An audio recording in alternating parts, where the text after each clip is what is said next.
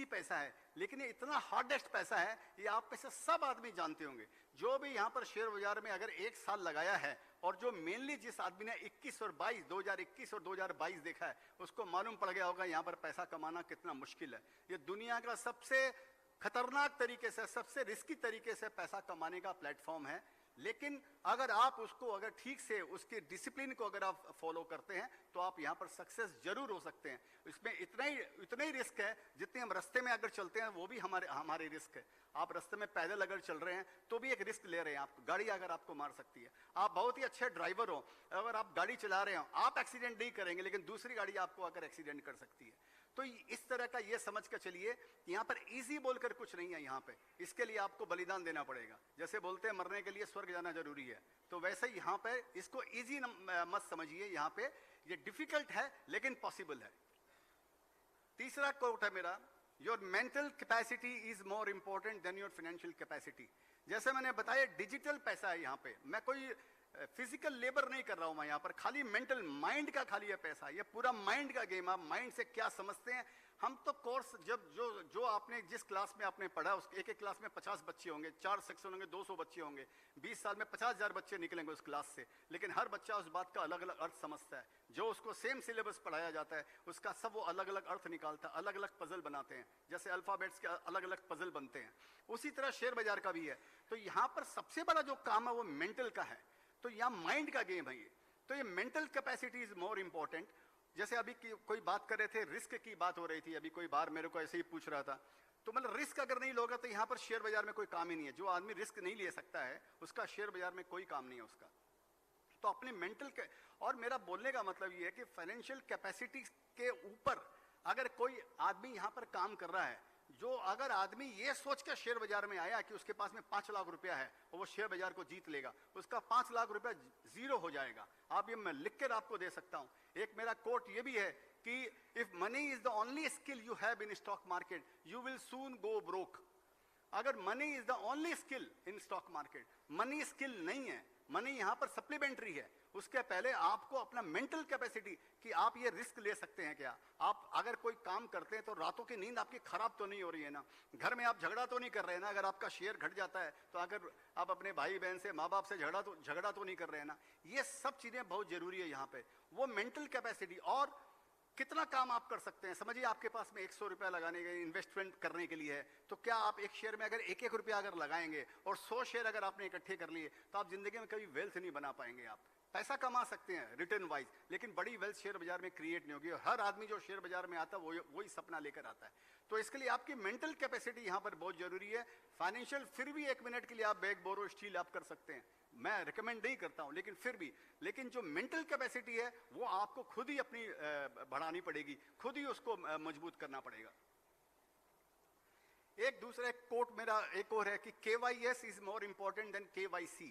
तो KYS mean know yourself, know yourself is more important than KYC, know your client, जो हम form fill up करते हैं। ये पहले वाले कोर्स से रिलेटेड ही है कि आप सबसे पहले अपने आप को समझने की चेष्टा करो कि आप इस बिजनेस के लायक हो कि नहीं हो। इसको सबसे पहले तो आप ये समझिए कि ये धंधा है, ये बिजनेस है, ये व्यापार नहीं है। लोग इसको जुए का अड्डा समझते हैं। लोग समझते हैं कि कोई मशीन है कि जितने यहाँ पर हम रातों रात करोड़पति बन सकते हैं।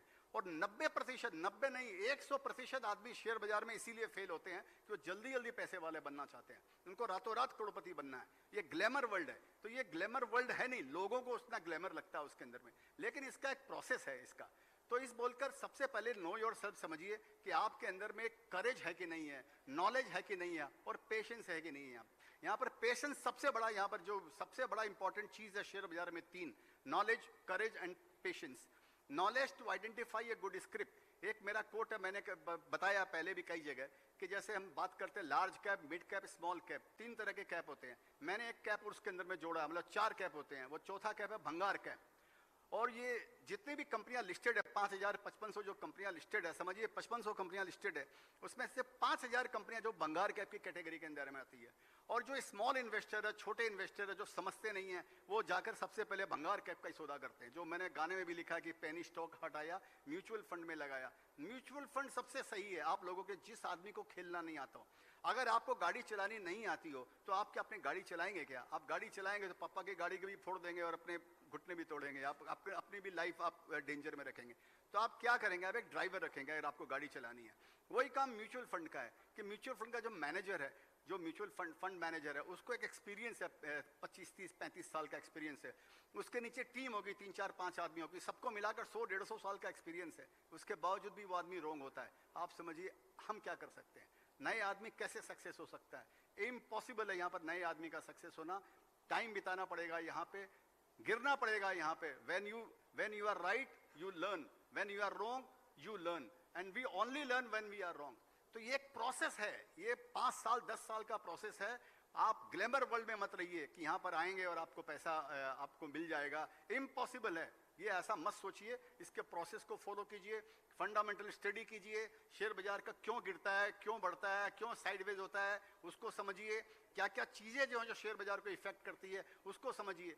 आप खाली अगर आप ये सोचें कि जैसे दो तरह से लोग यहाँ पर, दो तरह का ज्ञान है यहाँ पर, एक तो है इंटरनल और एक एक्सटर्नल। इंटरनल मतलब समझिए आप बैलेंस शीट बहुत अच्छी तरह पढ़ सकते हैं, आप किसी कंपनी को एनुअल रिपोर्ट देखेंगे आपको एक आइडिया लग जाएगी, या आप बहुत बढ़िया इकोनॉमिस्ट तो यहाँ पर फेल होते हैं शेयर बाजार के अंदर। मैंने किसी इकोनॉमिस्ट को शेयर बाजार में करोड़पति होते हुए नहीं देखा। पहला बात, माता जी माफ कीजिएगा मैं इकोनॉमिस्ट क्योंकि वो इकोनॉमिक अपनी जगह है, ये धंधा जो अपनी जगह है। तो ये आप इसको समझ कर चलिए, ठीक है। अभी दूसरा एक पॉइंट मेरा और है कि invest A part of your savings, save first. सबसे पहले जिंदगी में शेयर बाजार में आपको पैसा लगाना है तो उसके पहले सेविंग्स तो होना जरूरी है। मैं IIM अहमदाबाद में गया, एक लड़का मेरे पास में आया और बोलता है कि मेरे पिताजी रिटायर हो गए, उनका पेंशन का कुछ रुपया है, 5 लाख 7 लाख क्या, वो शेयर बाजार में डालना चाहता हूँ। मैंने उसका हाथ पकड़कर बोला कि तू कसम खा ले, काम करना नहीं। जो बेचारे पिताजी ने 50 साल में जो इकट्ठा किया है वो 2 मिनट के अंदर में उड़ा देगा यहाँ पे। तो आप ये समझिए कि ये अपनी सेविंग्स का, अगर आप म्यूचुअल फंड के थ्रू शुरू कर रहे हैं तब ये सारे ज्ञान की आपको जरूरत नहीं है। तब आपको खाली इतनी सी बातें सीखनी है कि करेज एंड पेशेंस। मैं बात कर रहा हूं डायरेक्ट इन्वेस्टिंग की। अगर आपको डायरेक्ट इन्वेस्टिंग करनी है तो आपको इन सब प्रोसेस से आपको जाना पड़ेगा। तो सबसे पहले मेरे पास कई लोग आते हैं और बोलते हैं कि भाई मैं पैसा कैसे लाऊं, जो इनिशियल कैपिटल है वो मैं कैसे लाऊं। उसके लिए मेरे को ट्रेडिंग करने का, सबसे पहले उसके लिए उसको सट्टा करने का, उसके लिए उसको पहले फ्यूचर करने का, उसके बाद में पैसा आएगा तब वो सोचता है कि मैं उसके अंदर में शेयर बाजार में लगाऊंगा। इसकी क्या गारंटी है? आप लोगों में कई आदमी ये सोचते होंगे कि ट्रेडिंग से पैसा आएगा फिर मैं इन्वेस्टमेंट में पैसा लगाऊंगा। जरा प्लीज जरा हाथ उठाइए जो ऐसा सोचते हैं कि शर्म मत करो, एक ही आदमी उठाया। हाँ अभी 4, 5, 10, 15, हाँ 20, 25 हो गए, ठीक। अब 40 आदमियों ने शर्म से हाथ नहीं उठाया। तो सब यहाँ पर ऐसा ही सोचते हैं कि हाँ भाई मैं तो आप दो तरीके से शेयर बाजार के अंदर में पैसा कमाया जा सकता है, पैसा बचाया जा सकता है। कैपिटल की जिसको हम बात करें, देखिए कैपिटल बचाने का 2 तरीका है। Either you can live a lavish young age और you can live a lavish old age. आपको ये अपने खुद के पैसे, पापा का पैसे की बात नहीं कर रहा हूं, आपको ये सोचिए कि आपको यंग एज में लेविश होना है या ओल्ड एज के अंदर में लेविश होना है। ये आप पहले ये अपने डिसाइड कर लीजिए। आपको ये समझने का है कि सेविंग 2 तरीके से जैसे मतलब आप पैसा कमा सकते हैं। क्या तो आप ट्रेडिंग का रास्ता चुनिए कि आपको फ्यूचर ऑप्शन करना है, उसमें पैसा कमाना है और फिर आपको इन्वेस्टर बनना है। इसके अंदर में 1% आदमी सक्सेसफुल होता है, 99% अल्टीमेटली उसी मृग तृष्णा में लगे रहते हैं और वो अल्टीमेटली वो पैसा भी खो देते हैं, फिर कोई दूसरा रास्ता निकालते हैं। एक दूसरा रास्ता है कि सेविंग्स करना, कि जो आप फ्रूगल लाइफ, अगर आप इनिशियल लाइफ अगर आप उसको कंजूसी से, जिसको बोलते हैं अपरभंश भाषा में, अगर कंजूसी से अगर आप अपनी इनिशियल लाइफ अगर समझिए जीते हैं और जो पैसा आप जाकर इधर उधर रेस्टोरेंट में, पार्टी में, ब्रांडेड कपड़ों में या तफरी में जो उड़ा देते हैं, उन पैसों को भी अगर आप सेव अगर कर लेते हैं और उन पैसों को कैपिटल समझ के शेयर बाजार में अगर इन्वेस्ट करते हैं, उसको सीड कैपिटल समझते हैं, उसके सक्सेस की संभावना 100% है उसके, क्योंकि वो पैसा तो नेट आपके पास में नेट सेविंग्स ही है। लेकिन लोग इस सिंपल गणित को नहीं समझते। इसी बोलकर मैंने कई जगह मैंने बोला है कि investing is very simple but not easy. Success होना शेयर बाजार में सिंपल है लेकिन इजी नहीं है। इजी इसके लिए नहीं है कि हम लोग उस डिसिप्लिन पर चलना नहीं चाहते हैं, क्योंकि उसकी शुरुआत वहां से होती है कि मेरे को जल्दी से पैसा कमाने का है।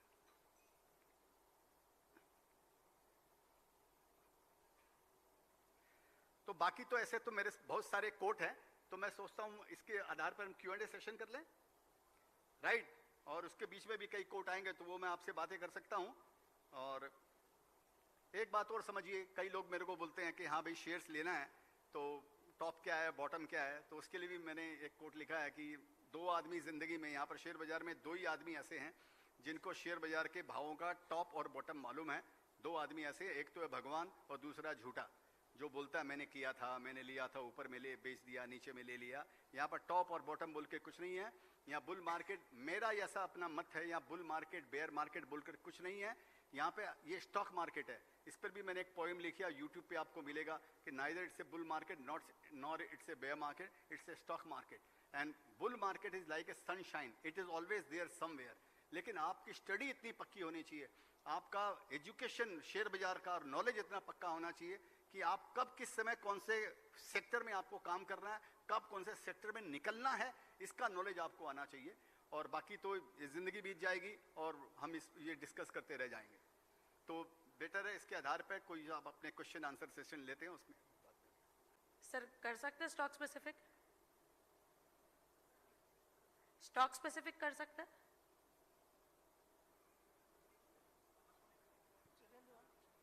नहीं, स्टॉक स्पेसिफिक तो सर ऐसा हो सकता है ना कि जैसे 5500 शेयर्स हैं, उसमें 5000 भंगार कैप हैं, तो भंगार कैप का तो मेरे को आइडिया होएगा नहीं। नहीं, मैं जो लार्ज कैप है उसके बारे में पूछूंगा। तो कुछ अगर मेरे को मालूम होगा तो मैं बता सकता हूँ। Okay.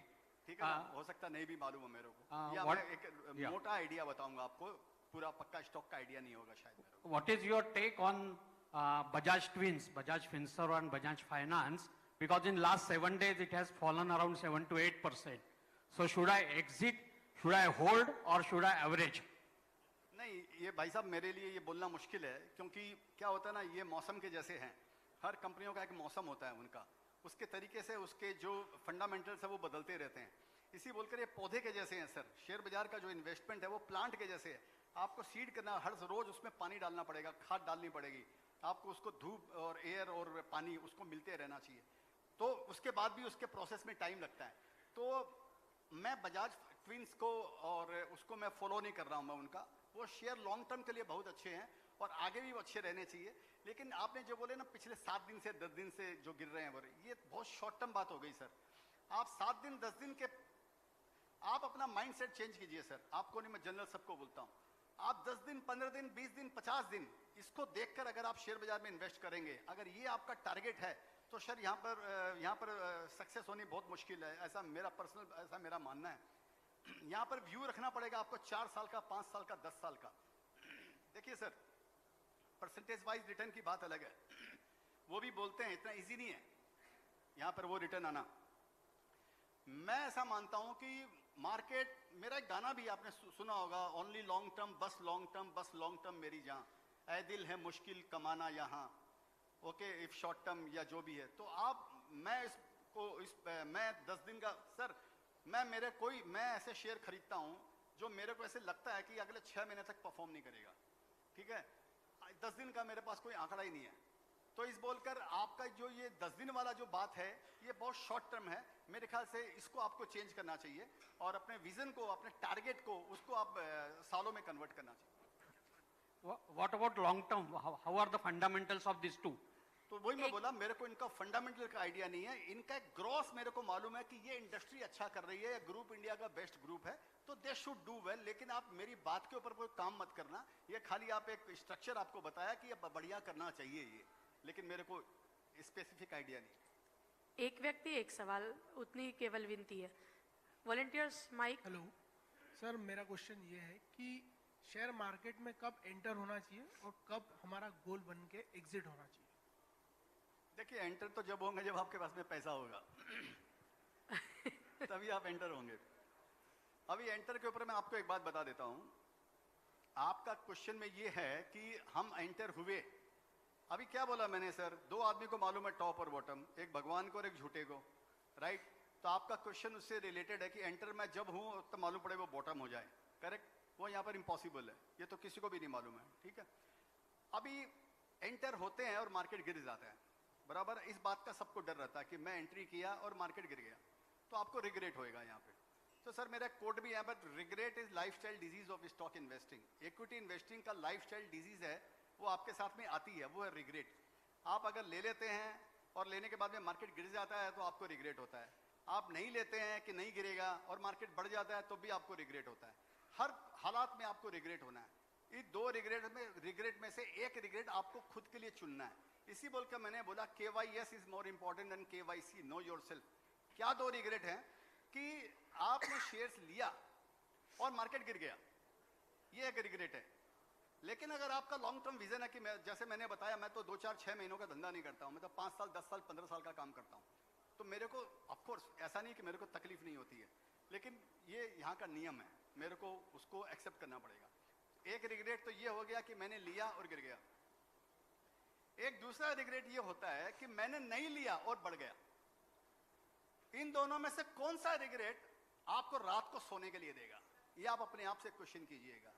मेरे लिए ये रिग्रेट बहुत भारी है कि मैं नहीं लिया और मार्केट बढ़ गया। उससे बेटर मेरे लिए ये है कि मैं लिया और मार्केट गिर गया और मैं उस दुख के साथ में जी रहा हूं, अगर वो दुख है, अगर है, या वो जो भी उसके साथ में मैं रह रहा हूं, मेरे को उसमें फिर भी मजा, उससे वो बेटर कम रिग्रेट है मेरे लिए। तो एक तो ये हो गया एंट्री का, और दूसरा आपने पूछा एग्जिट का। तो एग्जिट का सबसे सिंपल, ऐसे तो कोई इसका बहुत जवाब नहीं, कई कारण होते हैं एग्जिट के, लेकिन मैंने जो ग्रॉसली जो समझा है वो 2 कारण होते हैं। एक तो ये होता है कि जब मैनेजमेंट का जब फोकस चेंज हो जाता है कंपनी से, तब शेयर बाजार से, तब उस स्टॉक से निकलना चाहिए। और एक जब मैनेजमेंट का फोकस चेंज नहीं होता है तब भी उस शेयर से निकल जाना चाहिए। इसका मैं एक एग्जांपल देता हूं सिंपल भाषा के अंदर में, कि समझिए आप 3 व्हीलर कंपनी बना रहे हैं। आप समझिए 3 व्हीलर कंपनी का मैनेजमेंट हूं मैं, 3 व्हीलर बना रहा हूं। अचानक मेरे पास में कैश फ्लो आ गया, 100-200 करोड़ रुपए हर साल का कैश फ्लो है, 700-800 करोड़ रुपया कंपनी के अंदर में है, और मेरे को लग रहा है कि आगे मेरा फ्यूचर बहुत बढ़िया है। और मैं सोचूं कि अब तो मेरे पास में पैसे की भी कमी नहीं है, मेरा कैश फ्लो भी है, और बैंक मेरी रेटिंग भी अच्छी है, और मेरे को लोन भी और मिल जाएगा, और मैं जाकर टायर का प्लांट डाल लूंगा, ठीक है, जो मेरी औकात से बहुत ज़्यादा ऊपर है, ठीक है। अगर मैं कुछ ऐसा काम करता हूं तो मेरा फोकस चेंज हो गया, वो मेरी औकात से बाहर है, तो उस शेयर से निकल जाना चाहिए। एक उसी का दूसरा उपाय है कि जब फोकस चेंज नहीं हो, कि समझिए मैं ऑटोमोबाइल बना रहा हूँ, चाहे 2 व्हीलर 3 व्हीलर 4 व्हीलर, और समझिए मैं पेट्रोल IC इंजन वाला बना रहा हूँ, पेट्रोल का बना रहा हूँ, डीजल का बना रहा हूँ, LPG का बना रहा हूँ, CNG का इंजन का बना रहा हूँ मैं। लेकिन अगर समय के साथ में अगर मैं इलेक्ट्रिक व्हीकल के अंदर में अगर नहीं आया, तो अगर मैं वो चेंज नहीं हुआ, तो भी मेरा फ्यूचर 2, 4, 5 साल में खिसक जाएगा। तो इसी बोलकर ये जरूर जानना चाहिए कि मैनेजमेंट जो है वो किस तरीके से अपने सेक्टर की ट्रेंड को समझ रहा है, और उसका क्या वो स्टेप ले रहा है अपने आप को इवॉल्व करने का। वो ये एक तरीका ये है। एक मैं कई जगह एक बार एग्जांपल दिया था, आज मैं वापस दे देता हूँ। मैंने एक कंपनी के शेयर खरीदे थे, वो जयश्री टी है, वो चाय बनाती थी वो कंपनी, तो मैंने उसके कुछ 1-2% शेयर्स ले लिए थे 300-400 रुपए के भाव के अंदर में। तो वो शेयर वो ज़्यादा बढ़े नहीं, फिर थोड़े दिन बाद में मालूम पड़ा वो चाय की सेकंड लार्जेस्ट कंपनी थी इंडिया की, अभी भी शायद सेकंड लार्जेस्ट है, मैक्लोडगल तो बंद हो गया, कम हो गया, फर्स्ट होगी मालूम नहीं है, ये बात है 7-8 साल 10 साल पहले की। तो बाद में वो मैनेजमेंट एक दिन आकर बोलता है कि अब हम लोगों ने चीनी मिल खरीदेंगे हम लोग बिहार के अंदर में। तो बिहार शुगर बेल्ट जो है वो मेन यूपी माना जाता है, बिहार इतना शुगर बेल्ट नहीं माना जाता है। तो उन्होंने एक सिक्लिकल है, वो चाय भी सिक्लिकल है और शुगर भी सिक्लिकल है, अब शुगर कंपनी खरीदेगा वो भी जाकर बिहार के अंदर में खरीदेगा। तो मेरे को ये समझ में नहीं आया कि ये कंपनी क्या एग्जैक्टली करना चाह रही है। तो ये फोकस जो चेंज हुआ है, ये गलत फोकस चेंज हुआ है। थोड़ा दिन बाद में फिर मैं AGM में मिलने के लिए गया वहाँ पे, तो मैं BK बाबू से भी मिला, BK बिल्डा से मिलने का सौभाग्य प्राप्त हुआ। तो वहाँ पर ऐसे उनके डायरेक्टर से ऐसी बात हो रही थी, तो उनके दिमाग में मेरे को समझ में आया कि ये लोग अब कोई बात कर रहे हैं, कोई लंदन में कोई दूध की कंपनी खरीदने वाले हैं ये लोग, जो कंपनी दूध बनाती है। तो मेरे दिमाग में आया कि इनका चाय भी हो गया, इनका शुगर भी हो गया, दूध भी हो गया, अभी इनको चाय की दुकान खोलना बाकी है इन लोगों को। मैं जाकर पूछ रहे, पिछले अगले 10-15 दिन में 1-1.5 महीने में सब शेयर जितना था सब बेच दिया, वो सारा 5 रुपये 25 रुपया कुछ हो गया वो शेयर। तो एक एग्जाम्पल के लिए मैंने आपको बोला। तो ये आपको हर समय साथ में रहना मैनेजमेंट के। आप यहाँ पे आंख बंद करके नहीं कर सकते। जैसे मैंने क्या बताया, प्लांट के जैसे, प्लांट में पानी डालते रहिए, हवा डालते रहिए, फर्टिलाइजर डालते रहिए, धूप देखते रहिए, उनसे बातें करते रहिए, आपके प्लांट से वो भी बात करते हैं। तो ये प्लांट ये जरूरी है यहाँ पे, ठीक है। तो ये है एंट्री और एग्जिट का जो मेरे को समझ में आया। सर मेरा नाम अंबर अग्रवाल है, मैं इंजीनियर हूँ बाय प्रोफेशन। 4-5 साल जॉब किया मैंने, फिर मेरे को जॉब करते करते शेयर मार्केट में मजा आया, तो मैं अभी फुल टाइम इन्वेस्टिंग कर रहा हूँ 4-5 साल से। तो मेरे को आपसे ये समझना है कि आप कंपनी कैसे निकालते हैं, क्या सोच के आप एक कंपनी लेते हैं और उसको पकड़ के कैसे रखते हैं? नॉर्मली क्या होता है, जब भी 25-30% अपने को दिखता है तो मन में बहुत खलबली हो जाती है, तो उसको आप आगे तक यानी पकड़ के कैसे रखते हैं, क्या सोच के उसको रखते हैं, और बेसिकली आप कैसे निकालते हैं कंपनी, क्या सोचते हैं उस बारे में, वो जानना था। तो ऐसा है कि मेरे को ऐसे लगता है कि ये मजा लेने की जगह नहीं है ये तो आप पहले वो मजा वर्ड यहाँ पर निकाल दो, ये सीरियस बिजनेस है यहाँ पे, ठीक है। मैं सीरियसली कर रहा हूँ। हाँ, नहीं नहीं, अच्छी बात है। अगर आपने इंजीनियरिंग छोड़ के अगर आप आए हैं तो ऑफ कोर्स आप पढ़े लिखे आदमी हो, कुछ सोच समझ कर ही आपने आया होगा।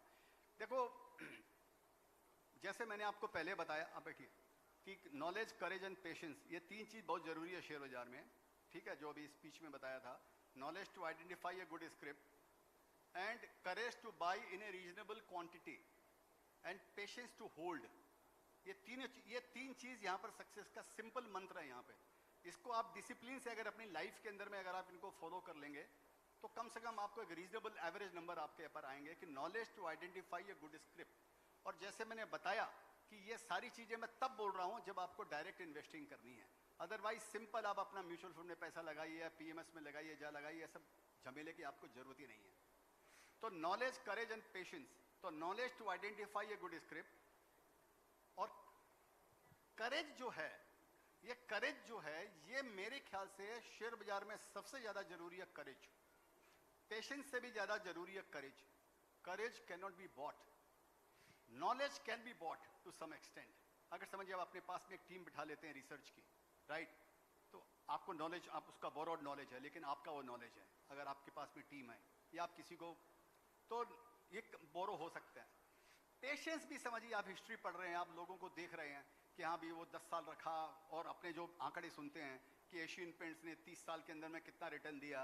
अगर ऐसा, इस तरह ऐसे बहुत सारे आपको शेयर्स मिलेंगे, ऐसे 50 शेयर्स ऐसे मिलेंगे आपको जिन्होंने 1 लाख रुपया, जिनका 1-1 करोड़ रुपया हुआ, 100 टाइम्स 200 टाइम्स हुआ 20 साल के अंदर में। ऐसे आपको बहुत शेयर मिलेंगे, 150 शेयर तो मिल जाएंगे आपको। तो उसको समझ के हो सकता है कि आप फॉरगो कर जाएं कि चल मैंने इसमें 1 लाख रुपया डाला है या 2 लाख रुपया डाला है, अब ये रुपया मैं 10 साल तक नहीं, समझो एक कसम खा लिया 10 साल तक इसको नहीं छूऊंगा।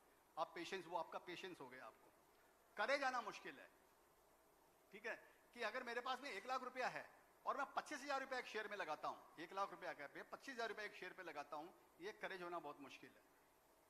तो एक तो ये करेज यहां पर इंपॉर्टेंट है, और दूसरा ऐसा मेरे को ऐसे लगता है यहां पर बहुत ज्यादा इंपॉर्टेंट है, वो है ग्रीड।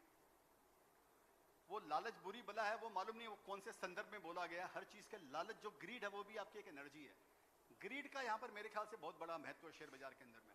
लेकिन वो खाली इसको ग्रॉस वैल्यू पे मत लेना इस बात को कि ग्रीड इज गुड, उसको खाली सिंपल नहीं लेना चाहिए।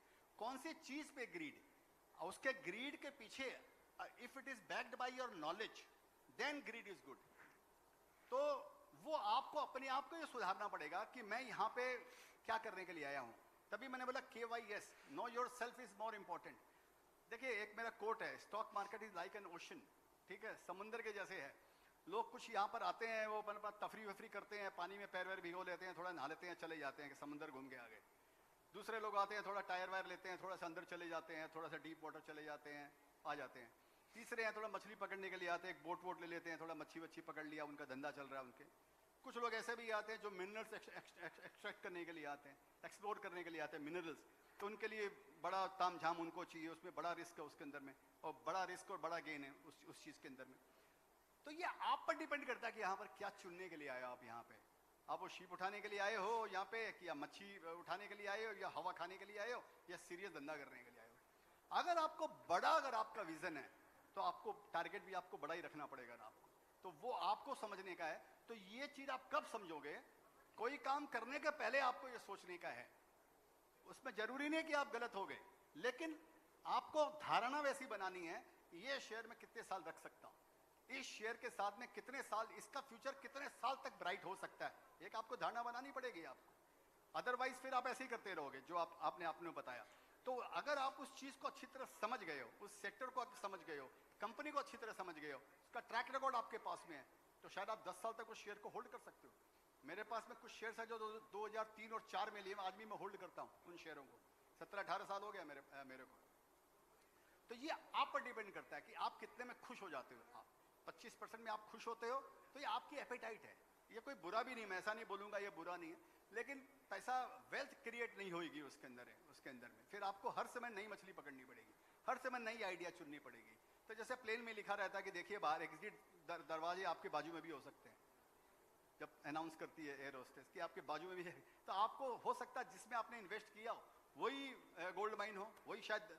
तो ये स्टडी वाला खेला भाई, अगर तो और ये टाइम के साथ आता है, ये एक्सपीरियंस के साथ आता है, उम्र के साथ में आता है, ये तुरंत नहीं आता है। Hello, good evening sir.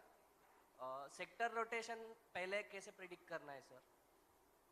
Rotation predict कैसा करना है? प्रिडिक्ट वो तो जैसे मैंने भी क्या बताया कि bull market is like a sunshine, it is always there somewhere, लेकिन उसके लिए आपको परिपक्व होना पड़ेगा, उसके लिए एजुकेटेड होना पड़ेगा। वो इतना इजी नहीं है, खाली हम वर्ड सुन लें कि सेक्टर रोटेशन हम कर सकते हैं कि सेक्टर रोटेशन करना चाहिए, लेकिन उसके लिए प्रॉपर ज्ञान होना चाहिए। मैं ऐसा समझता हूँ कि एक इंडिविजुअल इन्वेस्टर के लिए जो 2, 4, 5 साल शेयर बाजार में लगाया है, उसके लिए सेक्टर रोटेशन पकड़ना समझना मेरे ख्याल से थोड़ा सा तकलीफ देह है, इजी नहीं है।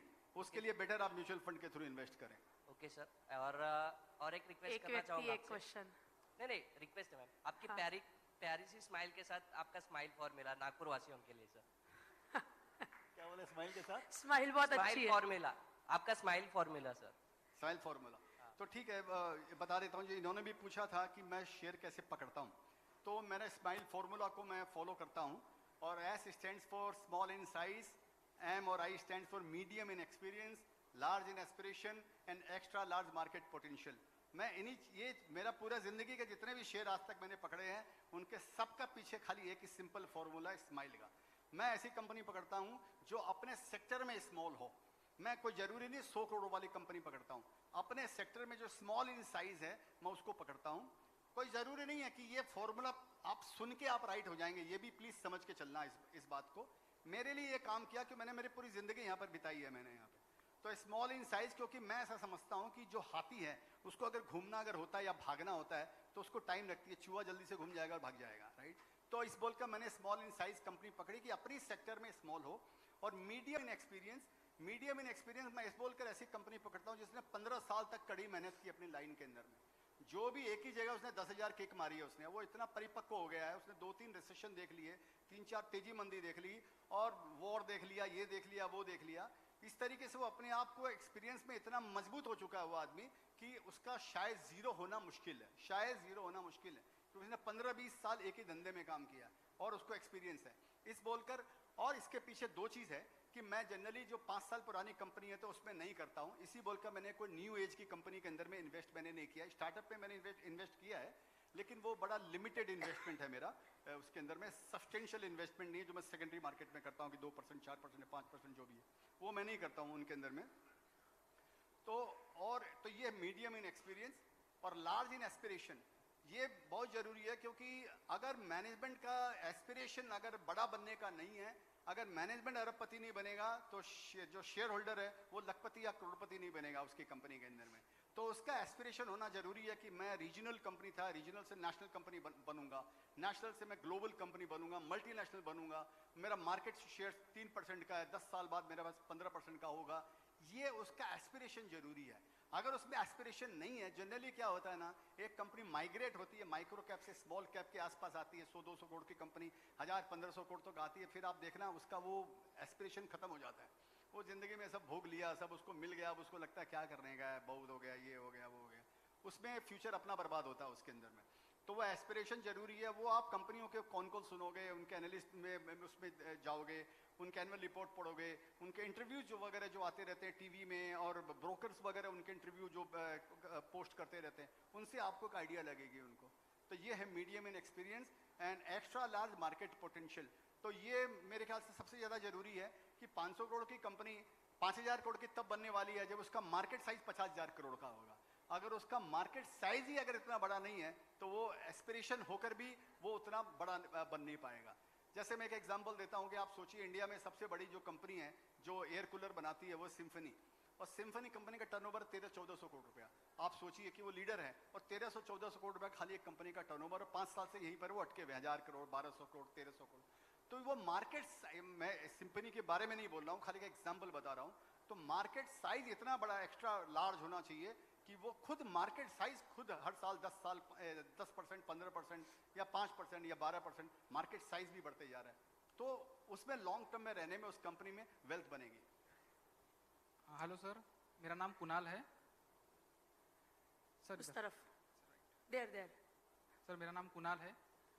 सर मेरा क्वेश्चन है कि अभी आईपीओज आए थे बहुत सारे, जिसमें से बहुत सारे आईपीओ थे जो कि जोमेटो का था, जो बुरी तरह से गिर गया। लोग ग्रे मार्केट प्रीमियम के लिए अप्लाई करते हैं, तो ये अप्लाई करना चाहिए या नहीं करना चाहिए, और लॉन्ग टर्म तक रखना चाहिए या नहीं रखना चाहिए? ऐसा है भाई कुणाल भाई, मैं तो मेरी ज़िंदगी में, मेरे को याद नहीं मैंने किसी आईपीओ में इन्वेस्ट किया, तो इसके लिए ऐसा नहीं है कि इसमें बहुत अच्छा रहा, हो सकता है मैंने बहुत सारी अपॉर्चुनिटी मिस भी की, ऐसा हो सकता है, लेकिन मैं उसमें खुश हूँ। अभी जो आईपीओ आते हैं, पहले जो आईपीओ आते थे वो एक रीजनेबल रेट में आईपीओ आते थे। अभी क्या मर्चेंट बैंकर वगैरह सब मिलजुल के और सब वो झोल झाल करके वो सब इन्फ्लेटेड आईपीओ आते हैं और इन्फ्लेटेड प्राइस के अंदर में आते हैं। आपने देख ही लिया जिन का भी, आप जो भी पिछले 1-2 साल में जो भी आईपीओ आए होंगे, समझो 50 आईपीओ आए होंगे, तो हो सकता है 1-2 ने अच्छा या 5 ने अच्छा दिया होगा, बाकी 30-40 का क्या हालत हुआ वो आपने देख लिया। और यूट्यूब चैनल है सर मेरा भी, मैं आईपीओ के बारे में ही बताता हूँ। यूट्यूब चैनल पे आईपीओ के बारे में ही बताता हूँ, सिर्फ आईपीओ के बारे में यूट्यूब चैनल पे? हाँ, यूट्यूब चैनल पे। लेकिन बाकी जो बताते हैं चैनल पे वो सच रहता है या झूठ रहता है? जो शेयर मार्केट के बारे में बताते हैं उन पे फेथ करना चाहिए या नहीं? नहीं देखो, ब्लाइंडली तो किसी को फॉलो नहीं करना चाहिए, ऐसा मैं समझता हूँ। यूट्यूब चैनल का तो मेरे को आइडिया नहीं है, मेरे को कोई बता रहा था यूट्यूब पे आते हैं सब पंडित लोग, बहुत वहाँ पे रजिस्टर्ड हो गए हैं वहाँ पे, तो उनसे तो थोड़ा सा बच के चलना। जो आदमी अभी इसके बारे में ज़्यादा बोलना नहीं है मेरे को, तो यूट्यूब में तो आई डोंट नो, लेकिन आप टीवी वगैरह पे जो सुनते हो, लेकिन आप अपना खुद विचार करो, आप ब्लाइंडली फॉलो मत करो किसी को भी। क्योंकि सर आपकी एज इतनी है, आपका एक्सपीरियंस इतना है, वो नए नए लड़के हैं जो इतना बताते हैं, वो नए लड़के रहते हैं सर जो बताते हैं, इनको कुछ एक्सपीरियंस नहीं, 5 साल का एक्सपीरियंस है, जो यूट्यूब पे ज्ञान दे रहे हैं। तो आप खुद ही अपने मुंह से बता ही रहे हो कि नए भी हैं, एक्सपीरियंस भी नहीं है, तो फिर तो वही सच बोलते हैं, नहीं बोलते। तो उनको सुनकर आपको थोड़ी ना कतरीना कैफ आपको डेट करने वाली है। मेरा कहना ये था सर कि आप भी एक यूट्यूब चैनल खोलिए। मैं यूट्यूब चैनल खोलूं, फिर मैं भी ऐसी मेरे को या मेरे बारे में फिर ऐसे कोई बात करने वाला है। Thank you sir. Hello, good evening sir, good evening all of you. Sir हमारा आज शेयर मार्केट हमारा 55,000 60,000 सेंसेक्स चल रहा है, और मैं देख रहा हूँ कि 2035 तक ये 1,10,000 के ऊपर जाने वाला है। और क्योंकि हमारा पूरे वर्ल्ड में हमारा देश सबसे ज़्यादा यंग जनरेशन 35-40% यूथ हमारा देश है, तो आने वाले समय में ये यूथ भी बहुत बड़ा इन्वेस्टमेंट करने वाले हैं। पर प्रॉब्लम ये होता है सर आप भी बैठ जाइए। कंपनी काफी अच्छी होती है, हम उसको बाय तो कई बार कर लेते हैं, यानी 100 बार में 50 बार हम राइट होते हैं। क्वेश्चन पूछो। हाँ सर सो गए, क्वेश्चन पूछिए। आप बता रहे हैं कि पूछ रहे हैं? सर मैं ये पूछ रहा हूँ कि हम 100 में से 50 बार राइट होते हैं बाय करने के लिए, पर उसको सेल करते समय हम टाइट नहीं हो पाते। जैसे कहा जाता है कि बाय राइट और सेल टाइट, इस बीच का जो डिफरेंस होता है सर, उसको हम कैसे मैनेज करें? मोतीलाल ओसवाल से पूछिए आप।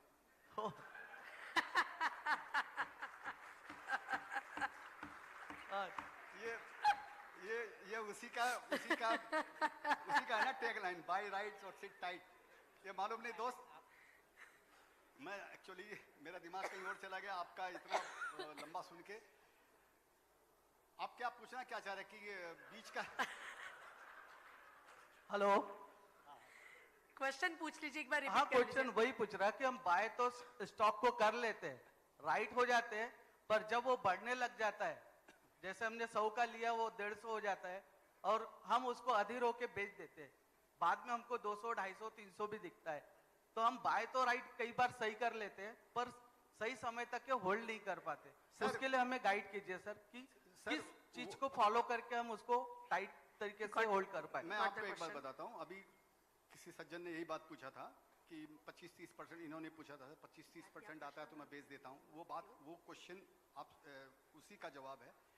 आप एक काम कीजिए, देखिए ये फॉर्मूला आपको एक रास्ता चुनना, आपको आप इतने बड़े स्मार्ट यहाँ पर कोई नहीं है कि कोई शेयर तो सोचेंगे 25% में इसका पूरा हो गया, 25% निकल जाएंगे, और दूसरे शेयर में आप फॉर्मूला निकालेंगे मैं 3 साल तक रखूंगा। जनरली ऐसा होना मुश्किल है। आप एक फॉर्मूला लगा कर रखिए कि आपको क्या सूट करता है। आपका शेयर का जब आप लेते हैं उस समय आपने क्या सोचा उस शेयर्स के लिए। आप किसी गाड़ी में बैठते हैं तो आपको मालूम होता होगा ना इतना बजे गाड़ी छूटेगी, इतना बजे इस डेस्टिनेशन पे जाएगी, यहाँ पर पहुंचेगी। आप बीच में तो नहीं उतर जाते हैं ना उस गाड़ी को। आपको कुछ ना कुछ तो आपका वहां पर कुछ ना कुछ आपने समझ कर उस शेयर्स में लिया है। तो जो आप समझ के लिया है आप उसी को फॉलो कीजिए। ये तो सिंपल है। लेते समय जो आपके मन में आप उसको फॉलो कीजिए। लेकिन इसका मतलब ये जरूरी नहीं है कि वो राम वाक्य हो गया, उससे आप चेंज नहीं हो सकते। आप उससे चेंज भी हो सकते हैं। लेकिन सर मैं आपको ये बताना चाहता हूं जो इन्वेस्टमेंट है शेयर बाजार में इंडिविजुअल इन्वेस्टर्स के लिए ये 24/7 का बिजनेस है।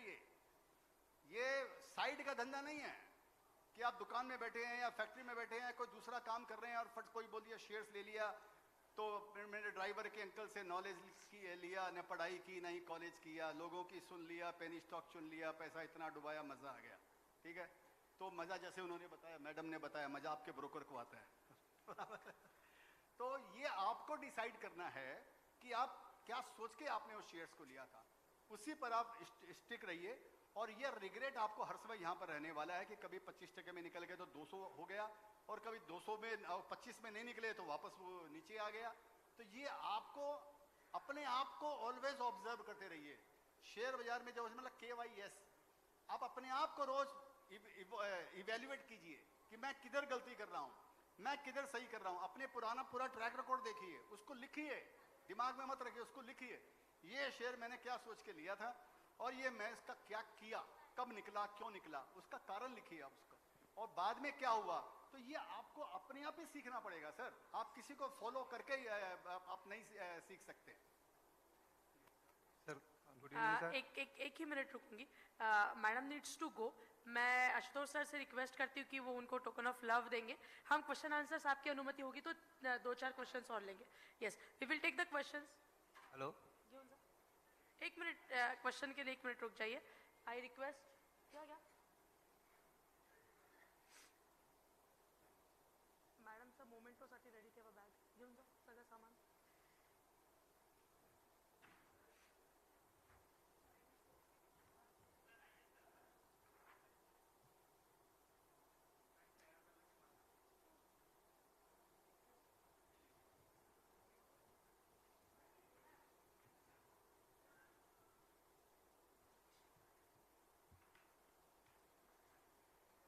जोरदार तालियां बजाएंगे अस्वाति दोरजे मैडम जी के लिए और नागपुर पुलिस के लिए। Thank you very much madam, thank you very much. Madam सोबत खालती साल। Question sir. Hello, question. Hello, good evening sir. मेरा क्वेश्चन ये है सर कि आज भी हम क्यों अमेरिका के ऊपर डिपेंडेंट है, नास्डैक और डाउ के ऊपर, और आपका व्यू ऑन इंफ्रास्ट्रक्चर, आने वाले दिनों में इंफ्रास्ट्रक्चर कैसा करेगा? पहला बात तो ये मैं बता देता हूँ कि अभी मैडम चली गई है तो मेरे पर डंडा पड़ने का डर नहीं है। एक बात ध्यान रखना, पुलिस से चोर ज्यादा स्मार्ट होते हैं।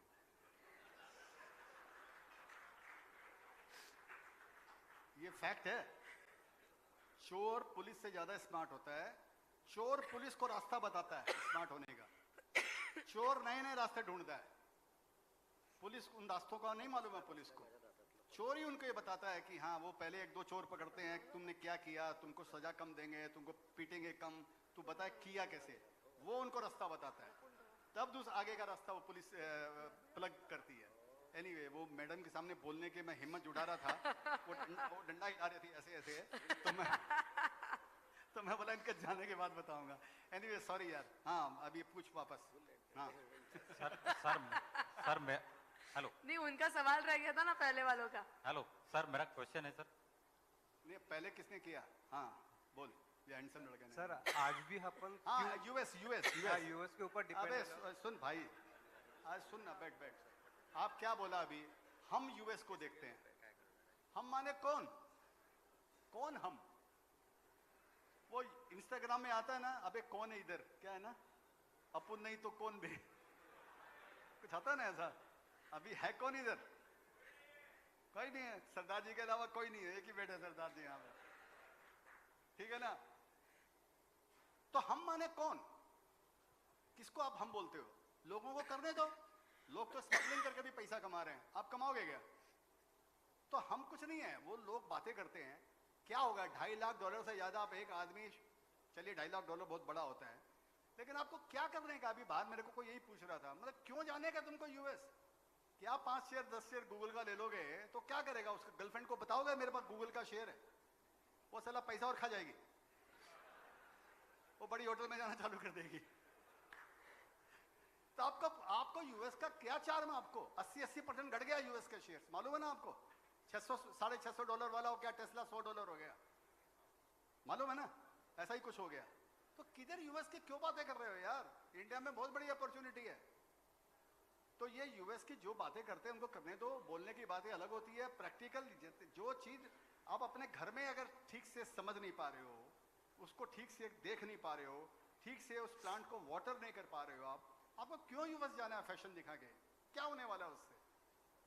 तो वो बेकार है, मेरा कहने का मतलब है। अंटिल अनलेस आपके पोर्टफोलियो की साइज इतनी बड़ी है, कोई 2, 4, 5 हजार 10 हजार करोड़ रुपए आप संभाल रहे हो, या आपका खुद का है 500 करोड़ रुपए आपने लगा दिया यूएस के अंदर, डूब भी गया तो चलो कोई बात नहीं, जीरो हो गया, या आपका बैलेंस हो गया, करेंसी के सामने हेज हो गया आपका। उसके कई तरीके होते हैं। आप अपने लोग छोटे इन्वेस्टर हैं, हम लोग को इधर उधर को जाने का जरूरत नहीं है, इंडिया में बहुत अपॉर्चुनिटी है। चलिए। हेलो सर, सर आप स्माइल वाला फार्मूला लगाते हैं, ठीक है, वो लेकिन ये स्माइल जिसके ऊपर अप्लाई करते हैं सर, आप पे कर रहा हूं सर, वो स्टॉक्स कैसे आप आइडेंटिफाई करते हैं सर? क्योंकि इसकी संख्या बहुत ज्यादा है। अभी तो आप ही पे कर रहा हूँ। नहीं, हम चाहते हैं सर कि हम आपको फॉलो करते हैं, आपके लेवल में तो नहीं है सर, आप एक छोटा पार्ट है, आप 1% से भी नीचे वाला, पर हम ख्वाहिश रखते हैं सर कि ऐसा हमारा भी ये होना चाहिए टेक्निक। तो थोड़ा सा क्लिक कैसा होता है सर आपको? फॉर एग्जाम्पल जैसे टालब्रोज है, टालब्रोज ऑटोमोटिव, तो सर आपको ये आया कैसे आपके दिमाग में शुरुआत में?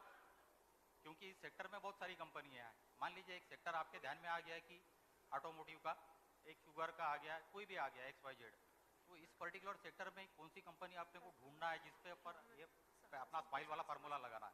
मैं समझ गया आपका सर। आप इसका बात, एक जैसे मैंने पहले आपको भी बताया थोड़ी देर पहले कि इन्वेस्टिंग जो है वो 24/7 का बिजनेस है। और इसके पहले भी मैंने ये बात किया कि मैं कोई शॉप फ्लोर पे काम नहीं कर रहा हूँ, न मैं वेंडर हूँ, न मैं सप्लायर हूँ, न मैं लेंडर हूँ, न मैं लेबर हूँ, न मैं वर्कर हूँ। तो मैं क्या हूँ?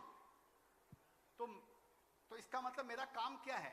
मेरा काम यही है ना कि दिन भर जो भी है, तो कंपनियां जो भी हैं, इनको खाली दिन भर इनको देखते रहने का, इनके बारे में स्टडी करते रहने का, इनके बारे में सोचते रहने का।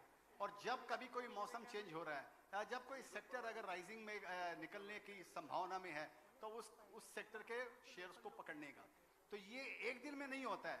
मेरे पास कई शेयर्स ऐसे हैं सर, जो मैंने 5-5 साल तक उन शेयरों को खाली वॉच किया है, मैंने उनमें काम नहीं किया। मैं आपको एक एग्जांपल देता हूं, आपको मालूम होगा, जैसे वेवो ग्लोबल मेरे पास में था, मैं 3 साल या 4 साल तक या 5 साल तक वो शेयर्स को खाली वॉच करता रह गया, क्योंकि वो शेयर्स एक बार खूब बढ़ा, उसकी वर्किंग अच्छी हुई, बाद में कंपनी की पोजीशन खराब हो गई, सेकंड टाइम फिर बहुत अच्छी हुई और फिर उसकी पोजीशन खराब हो गई। तो मेरे को खाली ये समझ में आया कि जो कंपनी एक बार 0 to 100 चली जाती है, 0 to 500 चली जाती है, 500 से वापस 200 आ जाती है, 200 से वापस 700 आती है, 700 से वापस 200-300 अगर आ जाती है, लेकिन वो बार बार 200 से 700 जा रही है, या 0 से 500-700 जा रही है, उसके अंदर कुछ पोटेंशियलिटी तो है उस कंपनी के अंदर में। नहीं तो वो कोई मजाक नहीं है कि 100 करोड़ की कंपनी 700 करोड़ पे पहुंच जाए, 1000 करोड़ पे पहुंच जाए, वापस गिर जा रही है।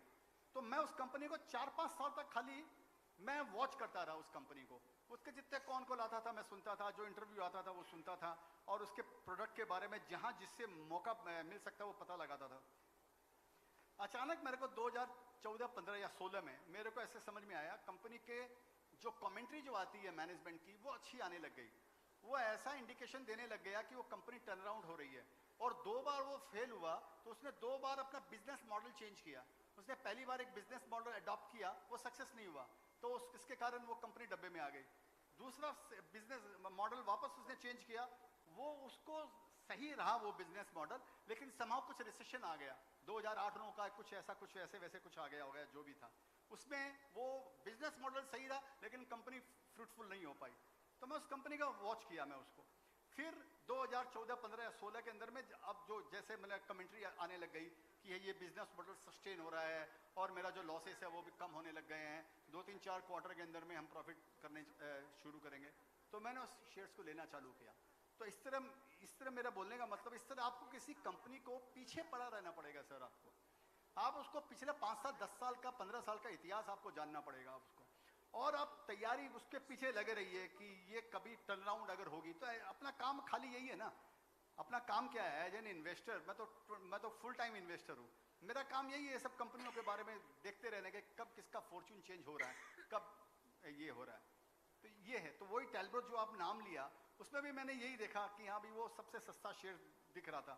सब लोगों को ये लग रहा था कि गैस्केट बनाती है ये, और वाईसी इंजन का सब खत्म हो जाएगा तो वो गैस्केट ईवी में नहीं लगेगा, ऐसे वैसे कर कर जो ऑटो एंसिलरीज हैं उन सब के सब 6, 7, 8, 10, 9, 10 के पी के अंदर में सारे शेयर मिल रहे थे।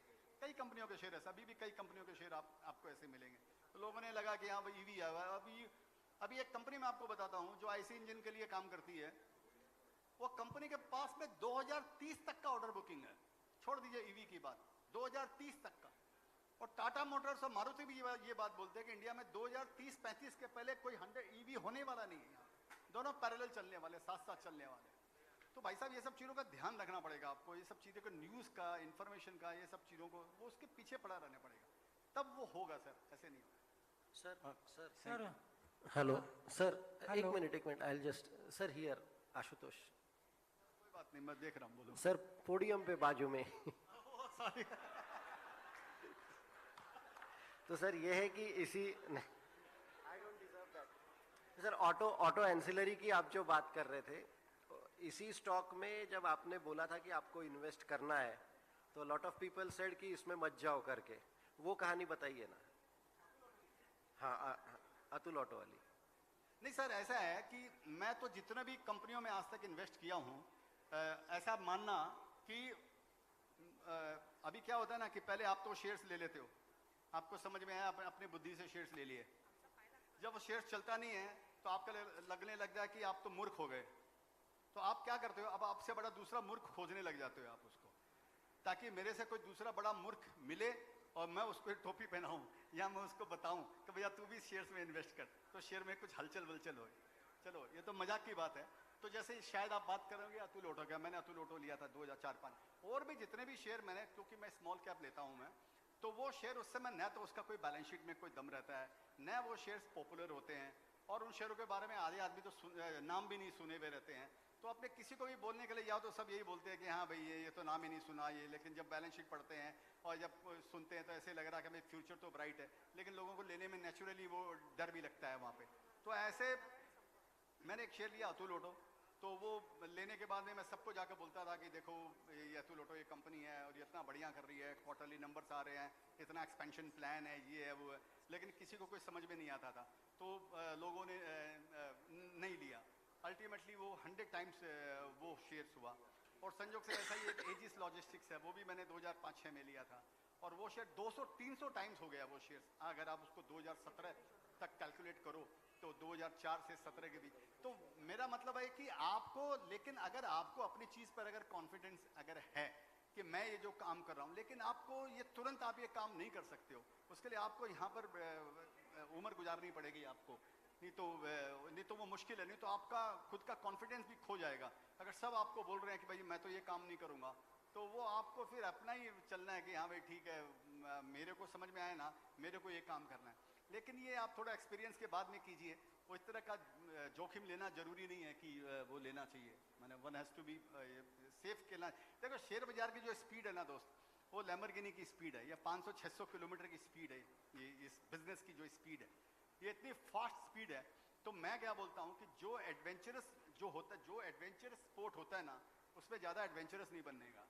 फॉर एग्जाम्पल कि समझिए आप रोलर कोस्टर में बैठे हो, उसकी स्पीड आपको मालूम है, उसकी स्पीड और उसके क्या हिकअप्स और उसके क्या बम्स उसके जो होते हैं रोलर कोस्टर, तो वहाँ पर ज़्यादा एडवेंचर नहीं बनने का, मतलब वहाँ पर वो फिर अपना सीट बेल्ट वगैरह खोल के वहाँ पर नहीं बैठने का वहाँ पे। तो शेयर बाजार सेम ऐसी जगह है कि यहाँ की स्पीड इतनी फास्ट है और ये बिजनेस इतना रिस्की है, इसमें अननेसेसरी रिस्क नहीं लेने का, क्योंकि इनहेरेंट रिस्क ऑलरेडी हर शेयर में इनहेरेंट रिस्क है। एक जो मैं उस समय बोलता था, फिर शायद मेरे ध्यान से वो उतर गया कि यहाँ दो तरीके की रिस्क है, एक तो इंटरनल और एक एक्सटर्नल। इंटरनल रिस्क क्या होता है, अगर आप पढ़े लिखे हो, आपको मालूम है, आप कंपनी की बैलेंस शीट समझ लिया, आप थोड़ी इकोनॉमी समझते हो, थोड़ी कंट्री समझते हो, उस कंपनी का उतार आपने सब प्रोडक्ट समझ रहे हो, तो आपने इंटरनल रिस्क, आपको इंटरनल उसका फंडामेंटल समझ लिया और अपनी कंपनी में इन्वेस्ट किया आपने उसको। लेकिन एक दूसरी रिस्क है, वो एक्सटर्नल रिस्क है। वो एक्सटर्नल रिस्क होती है जैसे मॉनसून का क्या हो सकता है, वॉर का क्या हो सकता है, फॉरेक्स का क्या हो सकता है, उस सप्लाई, उस कंपनी की किसी दूसरी कंट्री में कुछ प्रॉब्लम हो गई, उसके कारण इसकी डिमांड हैम्पर हो सकती है। जैसे आपने सुना होगा अभी कमोडिटी में, स्टील में और एल्यूमिनियम के अंदर में चाइना के कारण हर चीज अस्त व्यस्त हो जाती है, ऊपर नीचे हो जाती है कि चाइना बंद हो गया तो कमोडिटी के दाम गिर गए, अभी चाइना खोलने लग गया तो कमोडिटी के दाम बढ़ने लग गए। ये सारी एक्सटर्नल रिस्क है, ये हर समय नई नई आती रहती है, हर 2 महीने 3 महीने में 4 महीने में साल भर में आपको 2 4 5 ऐसी रिस्क आपको मिलेगी, एक्सटर्नल रिस्क। उसको आप कैसे समझोगे, इसका कैसे आप सामना करोगे? जब तक आपको उसको समझने का, जब तक आपको नॉलेज नहीं है, तब तक आप डायरेक्ट काम करके कैसे सक्सेस हो?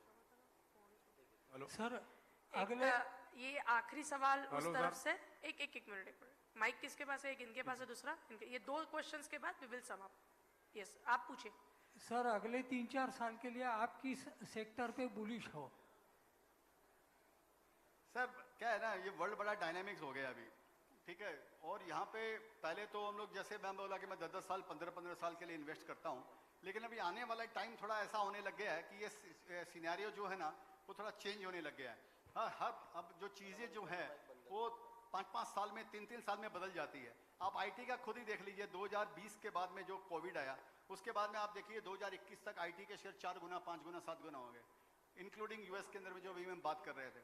और 22 के अंदर में क्या हुआ, सब आधे हो गए, कोई 40% गया, कोई 30% गया, कोई वहीं पे है कुछ, लेकिन अच्छे अच्छे शेयर 30%, 40%, 50% गए। और ऐसी संभावना आ रही है कि शायद 1 साल तक और ये लोग प्रेशर में रहेंगे, क्योंकि यूएस के अंदर में अभी झमेला चल रहा है। तो ये वर्ल्ड बड़ा डायनेमिक हो गया सर, ये चीज़ें बदलती रहती है, इस बोलकर ये बोलना थोड़ा मुश्किल है। पर्सनली मेरे को ऐसे लगता है, और मैं रॉन्ग भी हो सकता हूँ, मालूम नहीं है, मेरे को लगता है बैंक के जो शेयर्स हैं, ये जो छोटी जो बैंकें हैं या मिड साइज की जो बैंक हैं, ये ऐसे लग रहा है कि ये अच्छा करना चाहिए। क्योंकि जैसा बताते हैं कि जो भी अच्छी अच्छी बैंक है, फॉर एग्जांपल कैनरा बैंक है, फेडरल बैंक है, ये रिकमेंडेशन नहीं है, इनके अंदर 15, 17, 18% की क्रेडिट ग्रोथ आ रही है। और जबकि अभी लोग सब ऐसा सोच रहे हैं कि कैपेक्स साइकिल चालू हो रहा है, 4 साल से यही सुनना हो गया, लेकिन बाद में जाके फिर लोड शेडिंग हो जाती है, बंद हो जाता है। अभी भी ऐसा ही सोचते हैं कि कैपेक्स साइकिल अभी चालू होगा या हो रहा है कई जगह। तो ये जो होगा या होने वाला है, इसके कारण और डिमांड निकलेगी, तो ये थोड़ा सेक्टर थोड़ा सा सेफ लगता है ये तो। लेकिन इसमें कई शेयर्स हैं, वो चुनना पड़ेगा किसको लेना है किसको छोड़ना, लेकिन मोर और लेस ये सेक्टर सेफ लगता है। नमस्ते सर, एक आम आदमी का एक सवाल प्रॉब्लम रहता है। एक मिनट सर, मेरी वॉलंटियर से रिक्वेस्ट है कि अब इनके हाथ में माइक है, वो बात करेंगे, ये बात करेंगे, और इनके बाद we will be finalising the session. Sir, ये 2 सेशंस, ये और ये। Thank you. हेलो, नमस्कार सर, तुम ही बोला सर। नमस्ते सर। सर, एक आम आदमी का ऐसा एक प्रॉब्लम रहता है, वो वेल डिसिप्लिन रहता है, बराबर एसआईपी वगैरह में इन्वेस्ट भी तो आदमी निकाल नहीं सकता, लेकिन उसमें रिटर्न नहीं रहते। एसआईपी में अच्छा रिटर्न रहता है, लेकिन बार बार जरूरत आने वजह से निकलना पड़ता है। पहले हेल्थ इंश्योरेंस वगैरह करके थोड़ा कवर हो सकता है। थोड़ा सा ऊपर लीजिए माइक। पूरा कवर नहीं हो सकता सर, तो उसके लिए कुछ कोई मार्गदर्शन होगा तो बताइए। सर, क्वेश्चन शॉर्ट मध्ये सांगा प्रश्न। एक सामान्य माणसाचं असं असतं ना मॅडम, की ते एसआयपी वगैरे करतात, वेल डिसिप्लिन असतात, हेल्थ इन्शुरन्स काढतात, सगळं, पण त्यांच्याकडे त्यांना नेहमी पैशाची गरज पडत असते, आणि एसआयपी वगैरे हे असं असते की त्यांना आपण लगेच लिक्विड असल्यामुळे लगेच तोडू शकतो, तर ते पहिले ते तोडते, पीपीएफ वगैरे हे मिळत नाही म्हणून तोडत नाही, तर मग हे याच्यासाठी काही मार्गदर्शन आहे? सर, उनका क्वेश्चन ये है कि यूजुअली पीपीएफ में वगैरह जो पैसा जाता है वो टूटता नहीं, क्योंकि लॉक इन होता है, और जो एसआईपी होती है वो लिक्विड होती है, तो वो कभी भी टूट जाती है। सामान्य और छोटा निवेशक है, पहले हेल्थ इंश्योरेंस निकालता है, बाकी चीजें करता है, एसआईपी भी चालू करता है, लेकिन उसको जरूरत पड़ते रहती है क्योंकि उसके पास पैसा इनफ नहीं है, तो एसआईपी तोड़ देता है, और उसका जो जहाँ पर इंटरेस्ट कम आता है, ऐसे जो प्रोडक्ट है पीपीएफ और वैसे वहां पर लॉकिंग की वजह से पैसा रहता है, तो वो टूटता नहीं है, लेकिन जहाँ ल्यूक्रेटिव लॉन्ग टर्म में रिटर्न मिल सकते हैं वो टूट जाता है। तो ऐसे लोगों के लिए क्या बताएंगे आप? इच्छा असून पण तो लॉन्ग टर्म राहू शकत नाही मार्केटमध्ये। हाँ, नहीं तो लॉन्ग टर्म के लिए आप उतना ही पैसा लगाइए जितना पैसा आपको जरूरत नहीं है। जो पैसा आपको समझ में आ रहा है कि आपको 6 महीने या साल भर 2 साल के लिए आपको उस पैसे की जरूरत नहीं है, वही पैसा आपको लॉन्ग टर्म के लिए लगाना चाहिए। क्योंकि अगर समझो आप लगा दिए तो कोई गारंटी नहीं है कि आपको हर साल मार्केट कोई फिक्स रिटर्न देने वाला है, जो आपको समझिए पीपीएफ में या एफडी में या कोई दूसरे इंस्ट्रूमेंट में आपको डेट इंस्ट्रूमेंट में मिलता है, वो जरूरी नहीं यहाँ पर आपको मिलेगा। तो पैसा वही लगाइए, जैसे मैं जो सोचता हूँ तो मैं वही पैसा लगाता हूँ जिस पैसे की मेरे को शायद 5 साल 10 साल जितने दिनों तक मेरे मन में है उतने दिनों तक मेरे को जरूरत नहीं पड़ेगी, मैं वही पैसा शेयर्स के अंदर में लगाता हूँ। तो ये मेरे ख्याल से यही आपको करना पड़ेगा। ये इसका जवाब हुआ, मैंने यही पूछ रहे हैं। हेलो सर, यदि अपन कोई स्टॉक बाय कर रहे हैं और उसकी बुक वैल्यू यानी ट्रेड वैल्यू से कम है तो वो स्टॉक बाय करना चाहिए या नहीं करना चाहिए? Book value traded market value से कम है? कम नहीं, ज्यादा है, और ट्रेड वैल्यू कम है मार्केट वैल्यू से। मार्केट वैल्यू कम है, हाँ, बुक वैल्यू ज्यादा है। हाँ। इसका कोई फिक्स उत्तर नहीं है भाई कि कई शेयर ऐसे हैं जिनकी बुक वैल्यू 500 रुपया फॉर एग्जाम्पल समझिए, और शेयर का भाव 5000 है। और कई शेयर्स ऐसे भी मिलेंगे जिसकी बुक वैल्यू 500 है, 500। लेकिन शेयर का भाव 400 या 500 जो भी है। तो खाली बुक वैल्यू के ऊपर शेयर में इन्वेस्ट नहीं कर यदि प्रमोटर होल्डिंग भी यानी कितनी होनी चाहिए तब बाय करना चाहिए? नहीं, ये भी कोई फिक्स फॉर्मूला नहीं है कि जितनी भी मैनिपुलेटेड कंपनी है उसके अंदर में ऐसा ही आपको मिलेगा कि 500 रुपया का बुक वैल्यू है, 400 रुपया का शेयर है। प्रमोटर होल्डिंग 50 के ऊपर होनी चाहिए, 50 से कम होनी चाहिए? देखो ऐसा नहीं है, जैसे आप अभी जो भी आप बढ़िया अगर आप देखोगे कि एचडीएफसी के अंदर में तो प्रमोटर ही नहीं है, हाँ। आईसीआईसीआई के अंदर में प्रमोटर ही नहीं है। इन्फोसिस के अंदर में प्रमोटर होल्डिंग मेरे ख्याल से जब अपने लाइमलाइट में था तो 25-30% से ऊपर नहीं नहीं, अभी सर जो एस बैंक में जो फॉरेन इन्वेस्टर दिया जो अभी एंट्री मारी तो वो यानी वो लोग ने रिटेल वालों को लालच देने के लिए एंट्री मारी है या ऐसी मारी एस बैंक में? नहीं, अभी वो कार्लाइल ने पैसा लगाया 10,000 करोड़, तो वो कोई मैनिपुलेट करने के लिए इतना बड़ा पैसा शेयर बाजार में नहीं लगाएगा, तो वो जेन्युइन कारण से ही लगाया हुआ है। वो सही होगा नहीं होगा ये नहीं मालूम है, ये तो समय बताएगा। लेकिन मेरी अपनी बुद्धि से ऐसे लगता है कि वो कार्लाइल ने जो पैसा लगाया है वो कोई रियल पैसा लगाया, वो ऐसा नहीं लगाया पैसा। वो टाइम चला गया यस बैंक के अंदर में जो आप बोल रहे हैं, वो मेरे को लगता है वो चैप्टर खत्म हो गया मैनिपुलेशन वाला, ऐसा लगता है शायद। ओके, शायद। सर एक आखिरी question from my side. Sir आप जब बेरिश थे मार्केट में तो राकेश भाई ने आपको शायद फ़ोन करके बहुत डांटा था, और आखिरी के दिनों के राकेश भाई के साथ आपके जो अनुभव रहे वो यदि आप हमारे साथ साझा करेंगे तो वो अनुभव बताइए और कुछ मेमोरीज। अच्छा, आपने पूरा होमवर्क किया आपने। तो ऐसा है कि जब ये लॉकडाउन हुआ था 23 मार्च को, तो उसके बाद में मेरे को ऐसे लगने लग गया था कि शेयर बाजार डूब जाएगा। तो और ऑफ कोर्स लगता क्या था, वो तो डूब ही गया था, इस बोल के लग रहा था कि डूब जाएगा, डूब चुका था ऑलरेडी। तो मेरा कोई टीवी पे इंटरव्यू वगैरह आया होगा, तो इंटरव्यू में ये बात है 23 मार्च की, तो मेरा इंटरव्यू होगा कोई मई में कुछ होगा, अप्रैल या मई के अंदर में होगा। तो मैंने इंटरव्यू में बोल दिया था कि अभी 6 महीने तक योगा करो, शेयर बाजार में कुछ नहीं है, ऐसा मैंने बोल दिया, और यहाँ पे अभी कुछ नहीं होएगा, ऐसा वैसा मैंने कुछ बेरिश मैंने बोल दिया था। तो राकेश सर ने वो सुन लिया होगा वो इंटरव्यू, तो उन्होंने मेरे को फ़ोन किया, और यूजुअली जैसे हम लोग शेयर बाजार की भाषा में गाली वाली में बातें करते हैं हम लोग, वो यहाँ पर ले नहीं सकते हैं, तो गाली देने लग गया मेरे को, और बोले कि साले ये सब मंदी में मत रहे, ये बाजार घूमेगा तो ऐसा घूमेगा कि तू देखता रह जाएगा। तो उसकी बात सुनकर मैं सोया हुआ था, मैं खड़ा हो गया।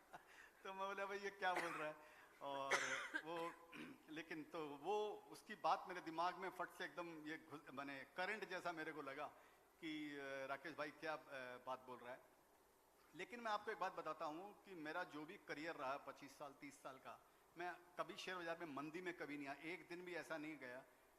मैं कभी कैश में नहीं था शेयर बाजार के अंदर में, जो भी कैश मेरे पास में रहा वो समझिए 10 दिन 15 दिन 1 महीने के लिए मैक्सिमम कैश रहा। मैं 100% पूरी लाइफ शेयर बाजार में इन्वेस्टेड रहा। एनीवे, तो ये बात थी। तो वो जब उसने बोला तो मेरे को एकदम करंट जैसा लगा, और फिर वहाँ से मेरा ध्यान चेंज हुआ, और उसके बाद में मैंने मेरी लाइफ का सबसे बड़ा काम किया, जो मैंने तेजस नेटवर्क लिया, मैंने 55 लाख शेयर तेजस नेटवर्क के लिए, वो मेरे लाइफ का सबसे बड़ा काम था।